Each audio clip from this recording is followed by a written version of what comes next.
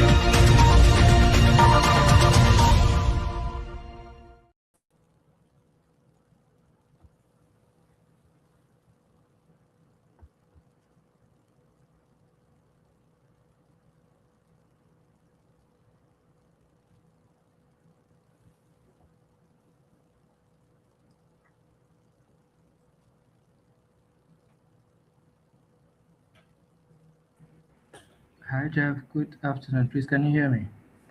Yes, I do hear you. Wonderful. Sorry, two hosts are having some challenges. Maybe you could just touch base on the discussion once they come on. Oh, sure. I thought I was in the back studio, but do we have people on? Yeah, people have started joining. Okay. How many people do we have? Let me just see how I can initiate and start this. For now, we have two on the line. Okay. So it's good morning from here. I think it should be around 4 o'clock in Ghana, right? Right. It should be 4 o'clock in Ghana. And my name is Jeffrey Boham, and technically I was the guest today, but it looks like there are some power issues and challenges related to our co-hosts who are going to be starting this program. But so in the meantime, I'm going to kick this off whilst we await them to reconnect so that at least we can get things going. Well, just about a few days ago, this was about 3-4 days ago, Sadat reached out to me and asked if I could be a guest on the program. this weekend. And I said, oh, well, we have a snowstorm coming, so I could potentially, I'm definitely going to be home, so I could potentially do it. And they asked me to come up with a question, a topic for discussion. They wanted something that would fall in my wheelhouse.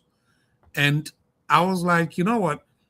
There's so many HR topics that we've tackled, but there's one particular issue that for me personally is something that I think it's about time we bring up and start having a conversation about it. So that's the topic that I shared. The topic really is trying to reverse the whole idea of brain drain that Africa has dealt with for a long time. Africa's productive capacity has moved, to different parts of the world. And whilst I know the AU and some organizations, I mean, from the political point of view, from other quarters, there's been conversation around it. I don't think HR has really tackled that conversation. So one of the things that I decided to come up with is just come up with an idea for us to start having a conversation on the topic. And the whole topic really is trying to reverse the brain drain, shifting it from brain drain to brain gain, where the productive capacity that Africa has, wherever they are in the world, Africa can find ways and means to actually leverage it and also stop the flow of people leaving the continent. Even if the people leave, at least their skill sets need to stay. So that's the conversation we're going to be having today. There were some questions that the hosts were going to be asking me. I haven't really seen those questions, so I'm not too sure what questions are going to come. Let's hope that they join us pretty soon. But in the meantime, let's see, am I able to see the people on the line? Unfortunately, no. Oh. Maybe we may encourage them to comment so that we know. Okay, so if you're online, you may want to comment. First and foremost, share your name with me and let me know if you have a question. But I would like to have that conversation. But I want to get to know the people online, and then after that, maybe we can go ahead and I can start really getting to explain why I came up with this topic for the group to really start a conversation around, and then we can go from there. So those of you online, please go ahead and share your names with me. And if you have any questions on the topic that I'm proposing, or I proposed.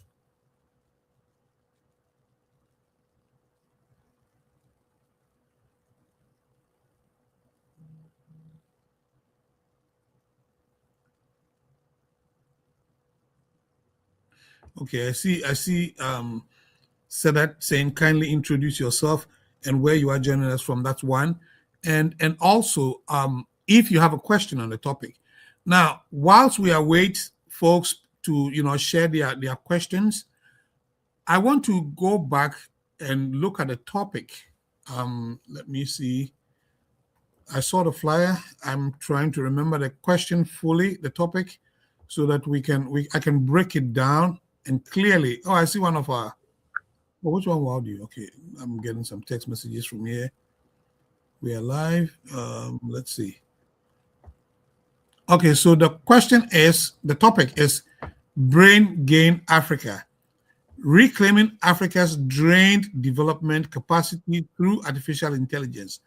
So just to kind of explain why I shared this, I'm going to go over it again. Historically, I mean, I'm one of that population.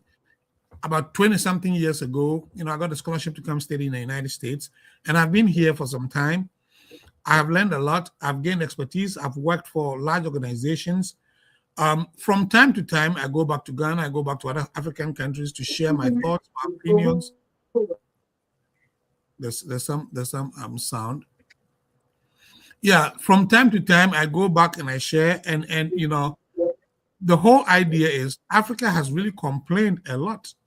Africa has complained a lot about Africa's not just brain power, but Africa's overall development capacity. Not just the doctors and the lawyers that are leaving. the smart people, if you really look at what countries do when they go to other countries to like offer visas and things like that, what they do is they usually give visas to the best, the brightest, or the richest, the most entrepreneurial, the business people. So migration, if it's moving in one direction, if people are leaving Africa and going to other parts of the world, but not necessarily returning in the volumes, just, in the volumes, or even if we're getting less and less people coming into Africa, but more entrepreneurial people going out of Africa, then Africa's best and brightest, I would say, capacity resources are leaving the continent. Okay. And this whole thing, like I said earlier, it really, happens. I mean, I know AU, for example, is doing a lot about it. It's a known problem. I don't think that we in the HR space have actually brought it to the fore to have a conversation around it. And that is why I suggested that in this era of artificial intelligence, where we can actually have access to platforms like digital twins and tools that we can use to, reclaim that productive capacity that left Africa, we should start having a conversation around it. I see Anne. Anne is my good friend. Anne is on. And if you have a question, please feel free to ask the question. But absolutely, I'm thankful. It looks like Josh, the co-host, has joined. So Josh, I would welcome you if you're ready to take over, because I was stunned when I got in. I had to be the one kicking it off.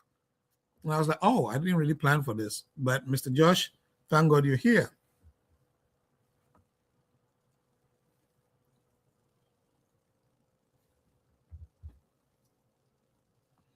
Are you off mute, Mr. Josh?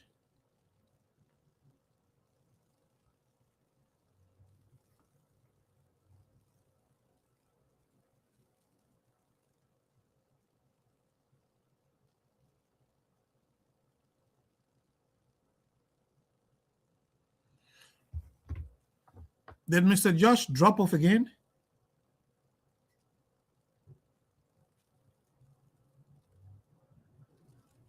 Oh, there's a chat here. Let me see something. Oh, I'm told, I just got a private message that Mr. Josh has dropped off again. So the connectivity issue is definitely a big problem. Madam Angela, is there any question you have? I know you saw the topic, you saw the flyer, and I was open to any question, but I'm surprised that, I'm just thinking through what questions would folks have. I don't want to just be speaking without necessarily hearing questions that folks may have. And this is really, I would really want to position this as a conversation, much more than a question and answer series.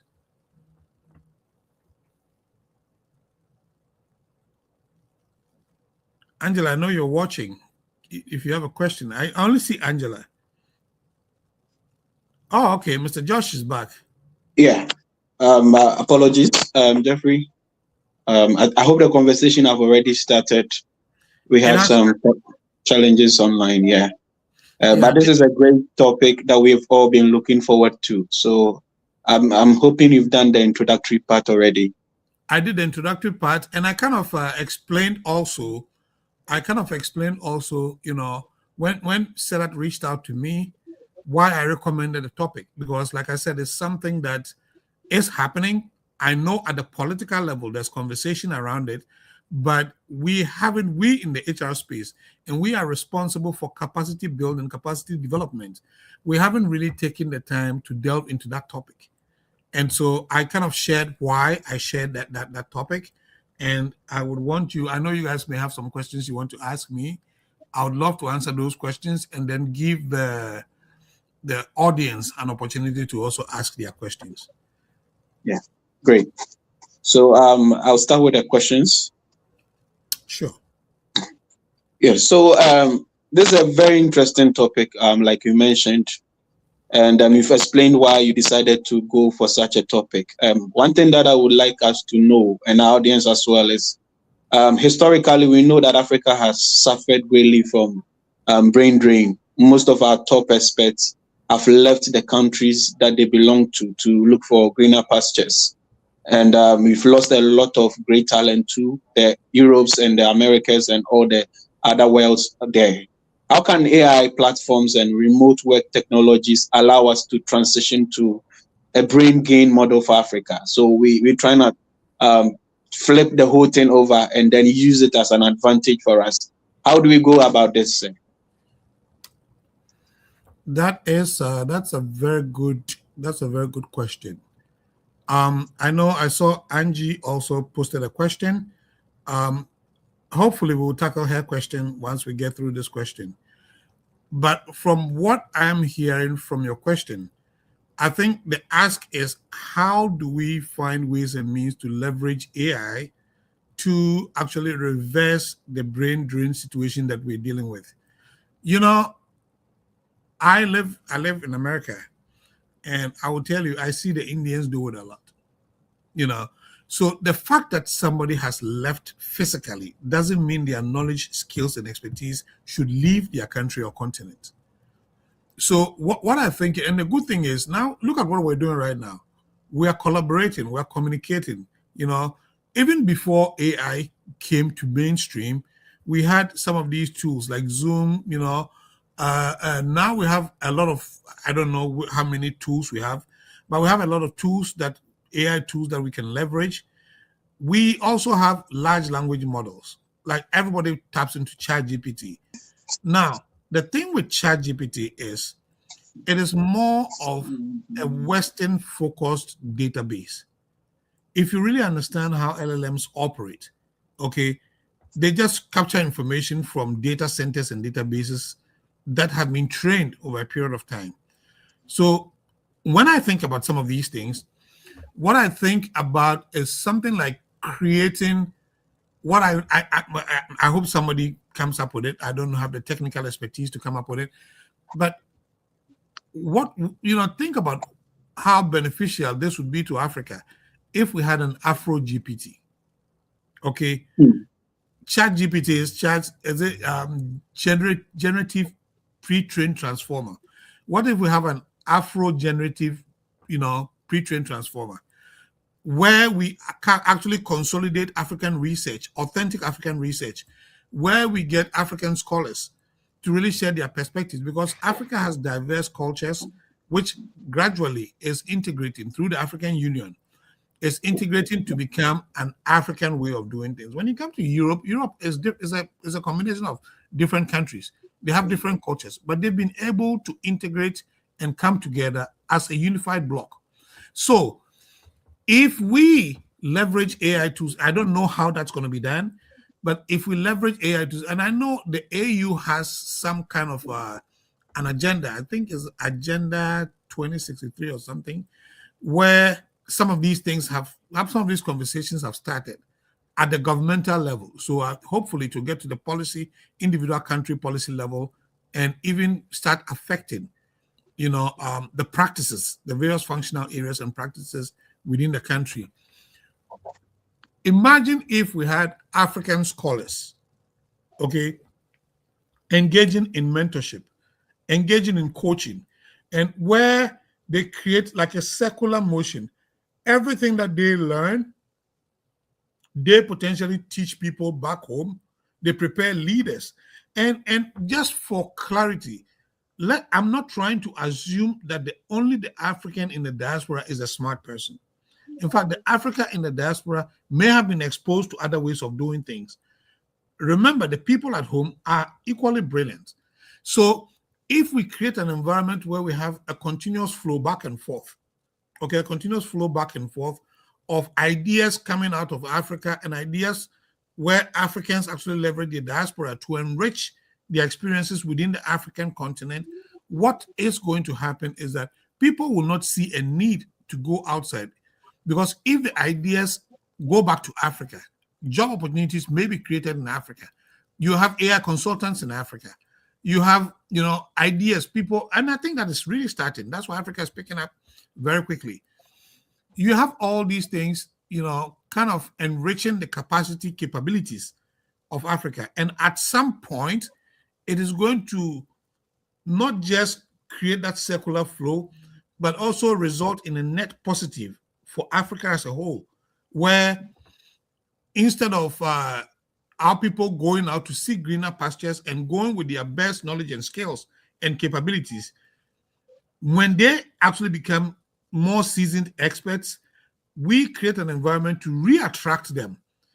Not just re-attract the Africans, but also come with, re-attract when there are job opportunities in Africa, when job opportunities are created in Africa, we can also attract foreign expertise to build the overall capability of Africa, which will in turn reverse that cycle and ultimately lead to a brain gain for Africa, not necessarily brain drain. I hope it's making sense. Yeah, absolutely, it does. And I like that part about flipping the whole thing over and then actually gaining from this to resolve whatever has been done in the past. I think one other thing that you mentioned is all of these things that are possible in the West has been made possible by the legacy systems that are in place. This is a whole new world where people don't have to travel far to make impact. And so what do you think this lack of legacy systems in Africa can be an advantage for us? Is there a way that we can turn all of these things around? Our lack of legacy systems in place, is there a way we can use that to as an advantage in this AI world that we are gradually moving into? That is another great question. I want to acknowledge, I see Winifred has joined us. Welcome, co-host. Thank you very much. Sorry for being late. Not a problem at all. I know there were some technology challenges.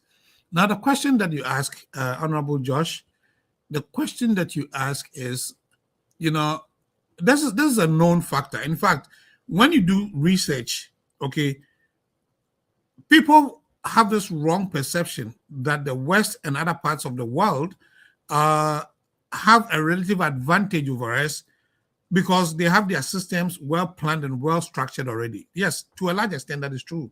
For example, before we started building national identification systems in Ghana, I know other African countries do it as well.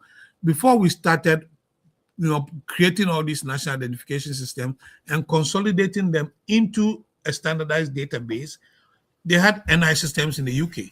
They have social security systems in the United States. I've been in this country for a long time, and I can tell you, they know everything I've done. Okay, they know my entire purchase history, whatever I've bought over the past, because everything is connected to my social security. Now, with AI, new systems are going to have to be created because, for anything to thrive, there must be systems that support its applicability and sustainability. Let me get off this topic and use an example that I observed. Okay, I live on the East Coast of the US, and America actually started from the East Coast. So you realize that there are certain things in the East Coast that have been perfected in the South because America expanded to the South and the West. Okay, for example, when I came to the East Coast, I was like, there's more money here. You see more money in the East Coast, but it looks also a bit older. Because maybe when they were building roads, okay, as of then, they needed a maximum of maybe 2 lanes each.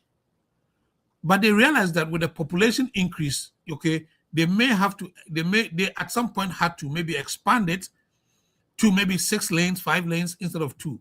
Now, if you have people having built around it, it becomes a problem and a challenge. They have to pay people, break down their houses in order to build other roads, okay, or expand the lanes. When you go to the South, when you go to the Floridas, the Atlantas, the North Carolinas, and the rest, because they started off watching the East Coast, they started building with maybe 6 lanes down, 6 lanes going, 6 lanes coming. So for the next 50 years, they are not going to have a need to expand. So it's that kind of analogy that I'm talking about. Remember that if those in the West have to leap or move from legacy systems to AI-empowered systems, they have to first and foremost capture their data, make sure the data is accurate, collect, collate, structure their data. So they have a 2-step process.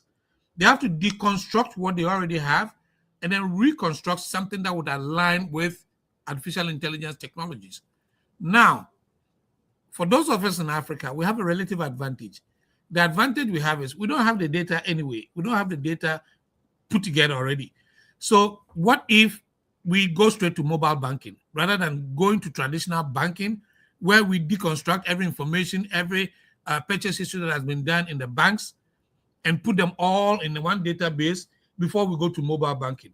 We can go straight to, so we can leapfrog the legacy systems, okay, and create a new system that is still sustainable looking into the future. So the idea here is that whilst what we are dealing with in some context we might think is a disadvantage, it actually is an advantage for us. It's an advantage because we don't have to go back and deconstruct what we already have. The advantage that it actually offers us is the opportunity to be future forward and futuristic in creating new things right away. I hope that question was answered, and it looks like Josh dropped off. So, Madam, my second co-host, Madam Winifred. Yeah. So you mentioned about leapfrog. I'd like to jump and ask you the last question. Says that to successfully leapfrog, what is the single most important policy shift African governments must make to encourage cross-border AI innovation and unified digital markets? Can you ask that question again? Sorry. Okay. To successfully leapfrog, what is the single most important policy shift African governments must make to encourage cross-border AI innovation and a unified digital market? Well, I'm not a politician, so I'm not going to speak for politicians, but coming from where I sit, okay, and just going by what I know, I think that Africa already has a structural problem. The problem that we have is, even though we know Africa is one holistic continent, just at the recent World Cup, we saw it. We have different people. We have people who think differently, who have different experiences.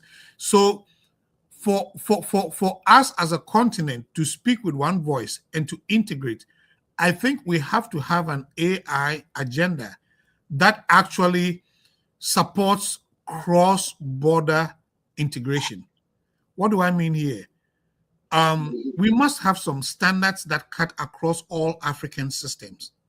So once we create that, think about it. The United States is a set of different states with different plans, different agendas, but they have perfected their union over time.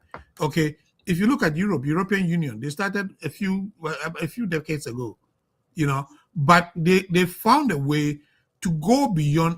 Think about it. Like French have their standards, Austrians have their standards, the Swedish have their standards, they all have their standards, but they've come together to create something called the Schengen visa, which really has a set of unified steps that you follow. So regardless of the country you're going to, you want to make sure all those boxes are checked. So when we talk about coming up with a singular policy that would help kind of speed up Africa's unification and Africa's integration in order for us to be able to leverage the use of AI, I think it's important for us to have an Africa-wide AI set of protocols. Again, I'm not a politician. I'm not going to advise the politicians what to do. I can suggest. But I think the African Union, I went to their website, I did a little bit of reading. I think they have done a lot of work in that area. And it's about time that African governments step in and say, we are going to align to these standards, we are going to align to these policies, and we are going to create something that really fits within our local context, even though they still have to align to the Africa-wide initiative.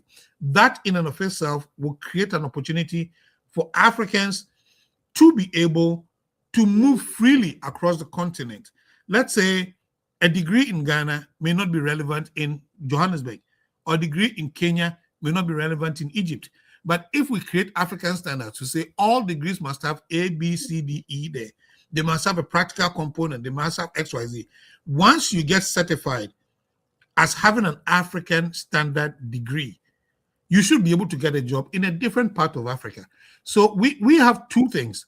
Whilst the West has to deconstruct legacy systems in order to be able to leverage the pace that artificial intelligence provides. We in Africa have to quickly speed up the process of integration. And I think the single policy that could potentially make that happen will be coming up with an Africa-wide AI standards policy. An Africa-wide AI standards policy. And I know, because I read it, I know that the AU has already set some kind of standards in place. I don't know how well African countries are kind of aligning and supporting and mimicking that in their local AI standards. I've seen the Ghana AI policy strategy document as well. You know, the Ghana AI strategy document. I've seen that as well. So the thing is, are we making sure that what we do locally reflects what the African agenda is? When that happens, then Africa can speak with one voice and Africa can cross. There will be like a lot of cross-pollination across the African continent to make some of these things happen. Okay, thank you very much. So with a follow-up question. I hope your question was answered. Yes, it's answered. With a follow-up question, I would just like to say that AI is only effective as the data it is trained on. How can African nations ensure they are reclaiming development capacity rather than succumbing to digital colonialism, sorry. So that's another good question. And by the way, we have a question also. I think Angela posed the question. Yeah, I'll take that. Yeah, I'll bring that in. Absolutely. So I would say that, you know, colonialism, it still exists in some ways. Because my friends and I, we joke around here. We say our forefathers came here with hoes and cutlasses, but we are now coming here with laptops and we don't think we are colonized. We're still colonized. We come up with laptops and pens and we still work for colonial masters, in quotes, economic masters. Okay. So I know I kind of mentioned this when I started with the first question, my response to the first question. But when we talk about still in the era of AI, still being subject to a level of colonialism, it's because a Ghanaian opens their phone and goes on ChatGPT. They search for something. You know where the results are coming from? The results are coming from, is it Menlo Park, California? That's where Google sits. That's where some of these things sit.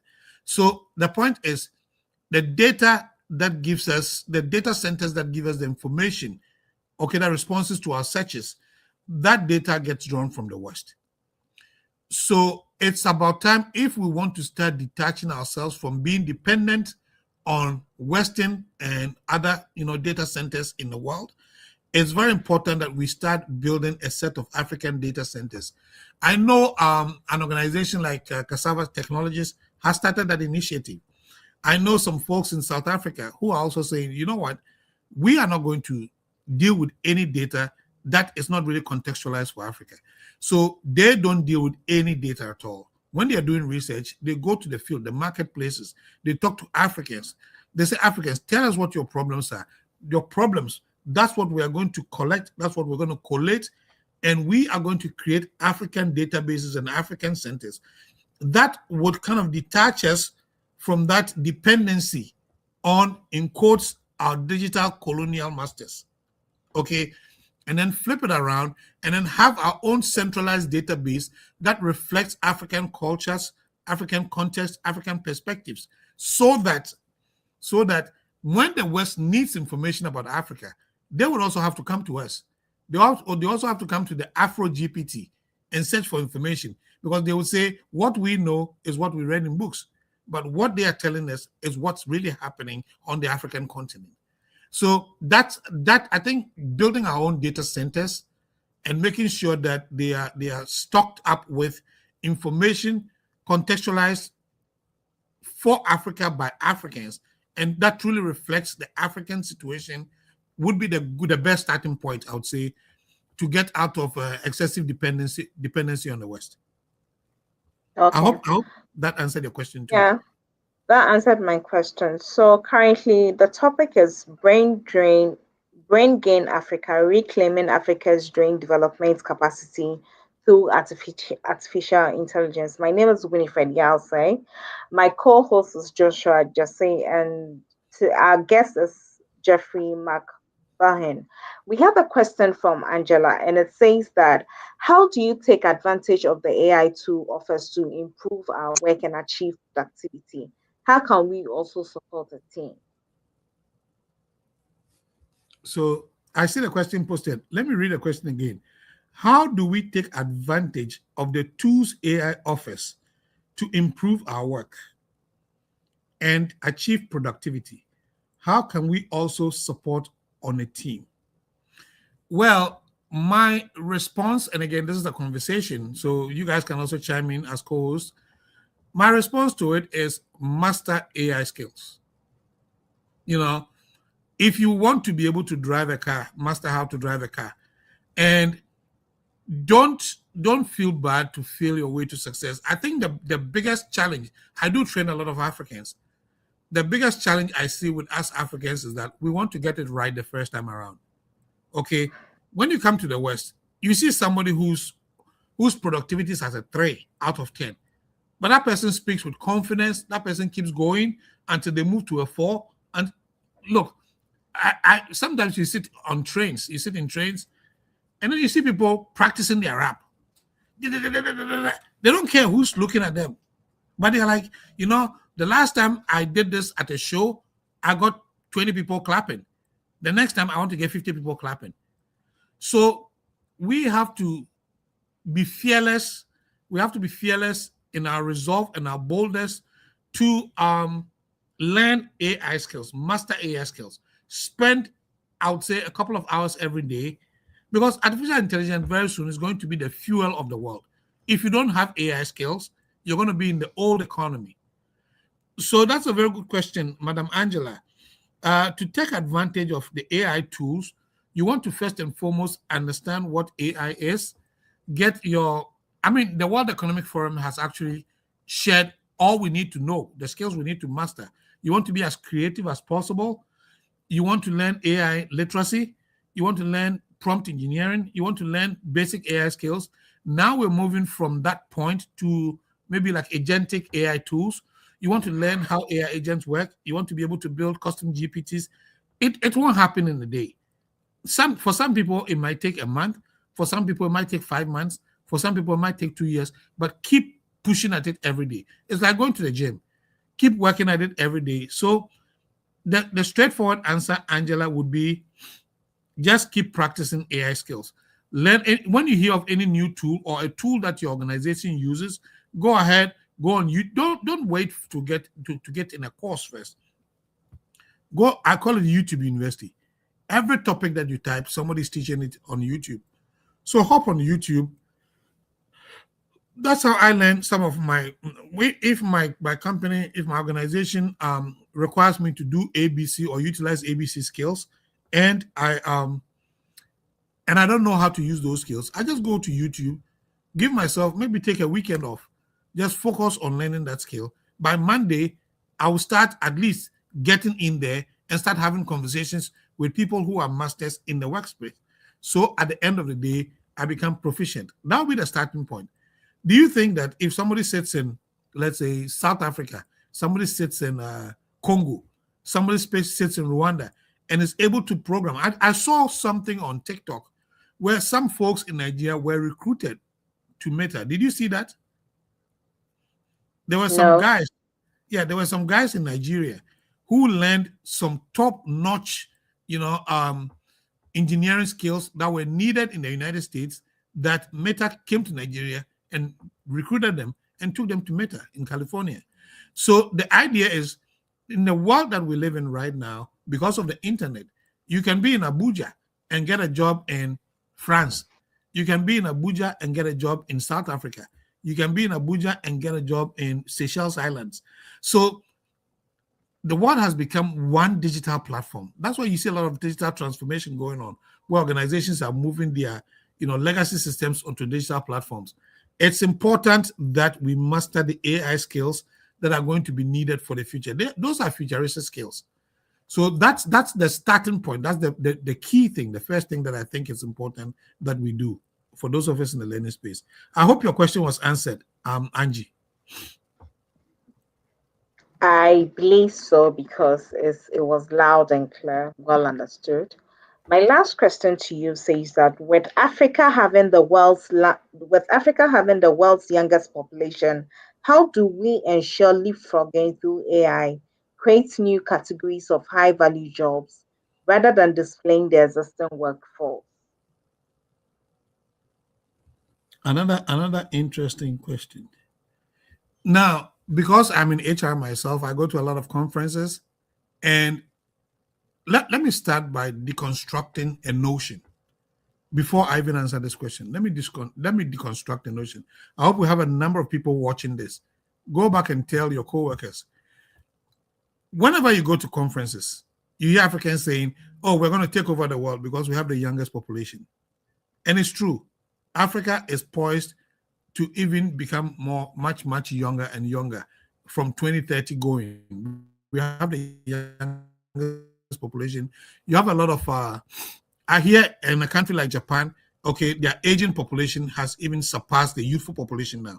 So yes, it's an advantage.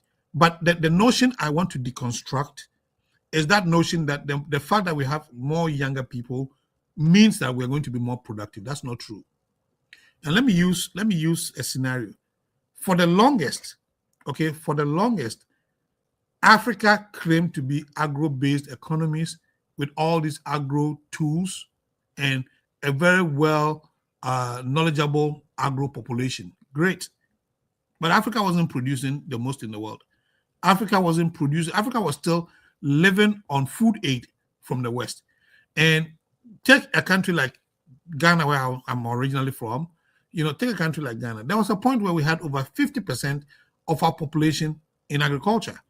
Okay, you come to the West and they have just about 5% of their population in agriculture, but they go with mechanized agriculture. So that one person can produce 300,000 acres of maize. They can produce, they have a farm, they can produce 1 million chickens a year, when the African poultry farmer is producing just about 5,000, 10,000. So having a youthful population in and of itself is not a relative advantage. So let's not keep telling the world that we are youthful and so we're going to be successful. I think we want to build capacity within Africa. If you build competitive capacity that competes with the West, then your youthful population becomes an advantage. Okay, I came to a global conference on human resources in Africa. I'm sure you know about it. And one lady reached out to me. She said, "Mr. Boham, you have surprised me." And I said, "How did I surprise you?" She said, "I hope you don't take this badly, but when I see older people, I don't associate them with somebody who understands technology. But you surprised me by the things that you shared." I'm like, "Oh," I said, "Let me tell you something. AI is not something that started 800 years ago. AI is a set of new skills. I mean, they've existed, but they existed in private spaces. AI is now becoming mainstream. Anybody can learn artificial intelligence. So I may be 21 years and you may be 17 years, but it doesn't mean I can know artificial intelligence more than you." In the same vein, the whole idea of having a youthful population, I don't think is sufficient to assume that Africa is going to leapfrog other parts of the world. But I think what's important, so first and foremost, let me clarify that Africa needs to upskill Africa's youthful population for them to become, I'll say, productive enough and be able to utilize what the global economy now really is asking for. That's number one.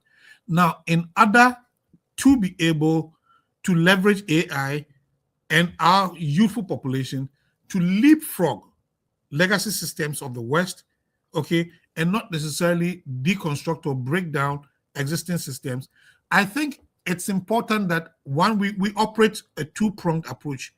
I think it's important that those who have had no work experience in Africa, we have to make sure that they are getting skills of today that really reflects the challenges and the problems that their compatriots, their colleagues are solving in the West. So take them there. Okay, take them to 1920, 1930, 1940. The skills that are going to be, start teaching them those skills now. Science and technology, law, engineering, what's going to be needed in 2030. Now, the people who have existing traditional work experiences, let's upskill them. So let's when you upskill the people who have the experience already, what is going to happen is that they are going to catch up and they are going to bring their experiences. Because remember that there's one thing you can learn in school. The one thing you can learn in school is called experience. So somebody may be 40 years and you may be 20 years. You might say, yes, I'm sharper than this person. Yes, but that person has dealt with curveballs and situations that you haven't dealt with. That's why we do internships, unless you go to the workplace and also go through the motions, the challenges. So let's not discard or discourage the skill set of those already operating in workspaces in Africa. I think what we can do is we can take advantage of the AI tools that are available to us and upskill them, get them to learn something about AI so that the existing experience becomes an add-on. Then we can also, like I said, we can also teach the newer ones more futuristic skill sets and then have them gain experience over the years as they also keep maturing through. Okay. Thank you very much. You said that we need to master AI skills. We need to be fearless in mastering AI skills. We need to push every day by practicing it. And you yourself, when you don't understand any AI tool, you try as much as possible to block your weekends and practice it. And by Monday, you're able to talk based on the things that you did not know before the weekend. Then AI is a set of new skills where though Africa's youth, though the population of Africa is youthful as compared to other countries, there is one thing we need to learn, which is experience. I mean, no matter how old you are, no matter how young you are, you can't talk with experience or you can't play with experience. Experience is very key and very important. So, George, do you have anything to say? Joshua, do you have Yeah, anything to say? yeah. I think this has been an insightful conversation for all of us, taking into account where AI is leading us and where we are going. I've thoroughly enjoyed the conversation, and then I hope all our people who joined also have done likewise. So yeah, that's it for me. Winifred, we have some few announcements, so if you can take over. Sure. So we have building HR strategies that aligns with a future workplace. We have Lady Patricia Abnakisi having this in every she has this and every last Thursday of the month. So this month it happens on Thursday, 29th of January at 4 p.m. It's a free webinar. So we'll share the link on our various social media handles where there is a flyer and you can scan as you are seeing it over there so that you can quickly join. We have another one saying that planning and conducting effective training and development. It's a 2-day training at Sadat Consult, which is happening next month on the 26th, 27th of February 2026. The course is over there and it's being done by our lady Patricia Abnakisi. And we would like to encourage all of you to be there. We do it early in the morning, as early as 8:30, and we end prompt on 3:30 for those 2 days. The course is over there, and I will entreat you to participate. Now we have our Sadat HR conference. Our Sadat HR conference comes off in Takrady. We are having the Takrady edition, which says that authentic employer branding, purpose, people, and public trust, which happens on the 26th, Thursday, 26th of March, 2026. Venue is the Western Serene Atlantic Hotel, Takrady, and as an in-person and virtual. In-person, there's a cost to it, which is something small but you are supposed to pay. And we have the virtual, which is also something small you have to pay. The taxes are inclusive. So I'll encourage you to prepare for the Sadat HR conference, which is going to happen in Takrady. Note on the Thursday, 26th of March. So wrapping up again, this month we have a building and HR strategies aligned with Future Workplace, which is going to happen on Thursday, this very Thursday, this very coming week on Thursday. So please watch out on our social media handles. It's a free webinar, you are not paying, and it's going to happen by Madam Patricia Abinakisi. So thank you very much. Joshua. Yeah. So let's put these things that we have learned into practice. One thing that you can do if you are really interested in AI and HR is to learn how to build custom GPTs. You can watch the videos on YouTube, like Jeffrey mentioned. It's very easy. It makes administrative tasks and daily tasks very easy to do. Once you give it the training and then you hand over some knowledge to the AI, it's able to learn on its own and then produce the results that you are looking for anytime you go back to it. So let's keep on practicing, let's keep on learning, and let's find a way to bridge the gap between Africa and the Western world when it comes to AI and then HR and then technology. Jeffrey, do you have any last words for our audience, please?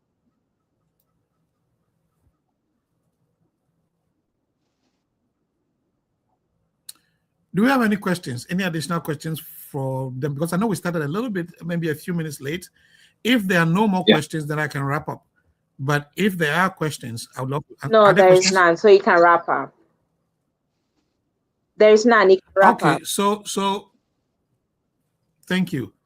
Let's see. Okay, so what I would say in wrapping this up is, the conversation has already started. This topic that we're talking about, and let's look at the realities of the world today. I live in America. I can tell you something. What is happening right now is that we we from Africa and other parts of the world have literally flooded this country to the point where the people are getting angry. And it's not crazy. It's nothing wrong, because the reality on the ground is, I was in Ghana recently, and I heard some Ghanaians saying, we have too many foreigners in Ghana now. We're working so hard, and these foreigners. So it's the same thing. Everybody says, it's like you clean your house and people come to your house and eat every day and make a mess. And some of them contribute. Don't get me wrong. Some of them contribute. But the reality is that it's about time for us to go fix our continent. And those of us in the diaspora, we have to contribute. We have to contribute. Well, someone like me, the reason why I like to get on some of these conversations is that it's important that I bring what I've captured from the West. At least I'm making an impact in the West, but I equally have to make an impact in Africa. That's when you become, to me, a useful citizen to Africa. So I call on, first and foremost, African leaders, not just governments. Because every time, when there's the need to take action, we say, oh, the government isn't creating the right policies. Yes, but we can always brighten the corners where we are. Those of us in the HR space, we are responsible for capacity building. Let us not wait for the government to say, go build capacity before we build capacity. Okay. And when we talk about capacity building, let's not limit it to webinars and presentations. Talk. Let's get into practical, hands-on activities and workshops. If you look in, like I said, when you go to these Western environments, they will say, talk is cheap, show me. Talk is cheap, show me. So don't just talk about AI. And the fact that some people just talk about AI and think just by talking about AI means they know AI. But I just said something. Learn how to understand AI literacy. Learn how to build custom GPTs. Learn to do something that when you are in an environment, it becomes a value add to that environment. That is how you make money. You have people in India.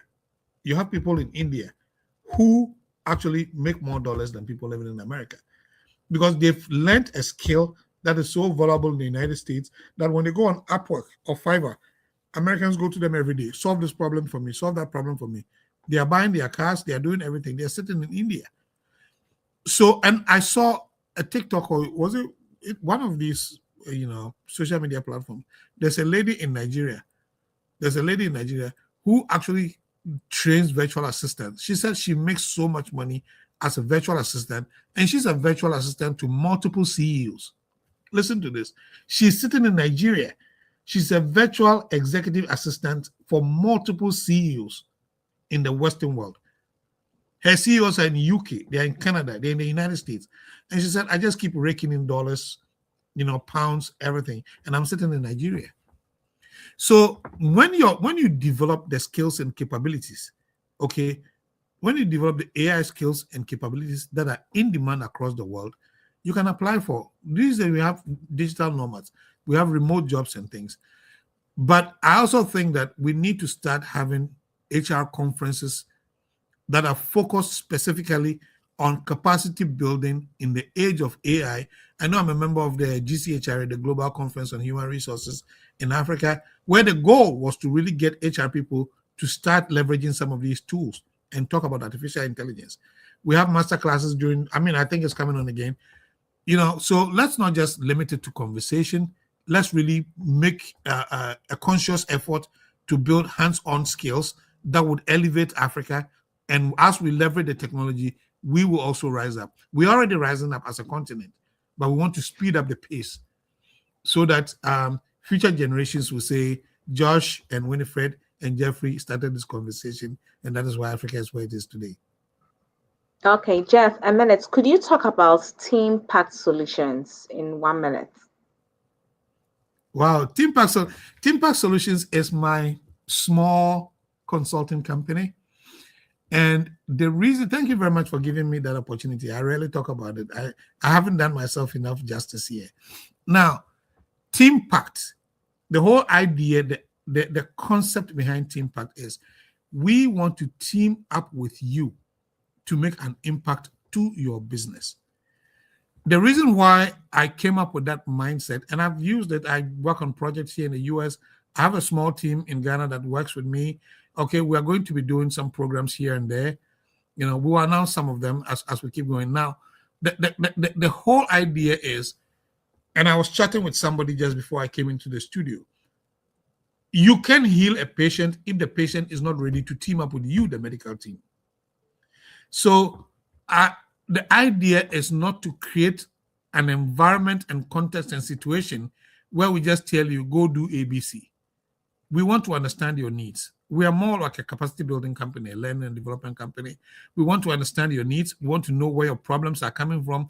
We want to work with you, understanding your context, and prescribe a solution and help you build that solution. And then we come back and evaluate what we brought in to be sure if those impacts that were set forth were met. So that's the idea behind TeamPact. It started as just a one-person small organization, and I did a lot of work personally.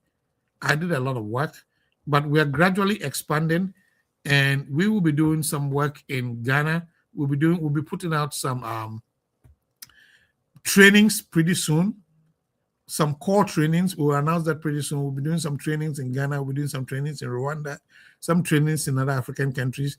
But the other concept behind the whole idea of TeamPact is we also want to bring the expertise that sits in Western countries. The expertise, the team that I work with, we are actually going to go through trainings. We are going to go through trainings to be able to build that capacity internally within the team so that the team will be as good as people elsewhere, anywhere in the world.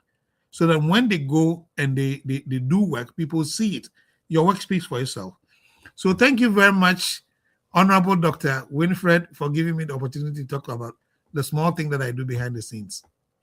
My pleasure. So today's topic was Brain Gain Africa, Reclaiming Africa's Brain Development Capacity Through Artificial Intelligence. My co-host is Joshua Jesse. My name is Winifred, and the guest speaker was Jeffrey McBuahin. It was nice meeting you today. Nice having all of you. And I hope and trust that you're going to enjoy a very blissful week this coming week. It's the start of it's the end of the month of January. And we hope that next week, Sunday, being 1st of February, we are going to have something exciting and new for you. And I'm trusting God that it will be great for you to be on board. Come log in 4 o'clock exactly. And sorry for closing a minute late. Thank you very much. Bye. See you next week.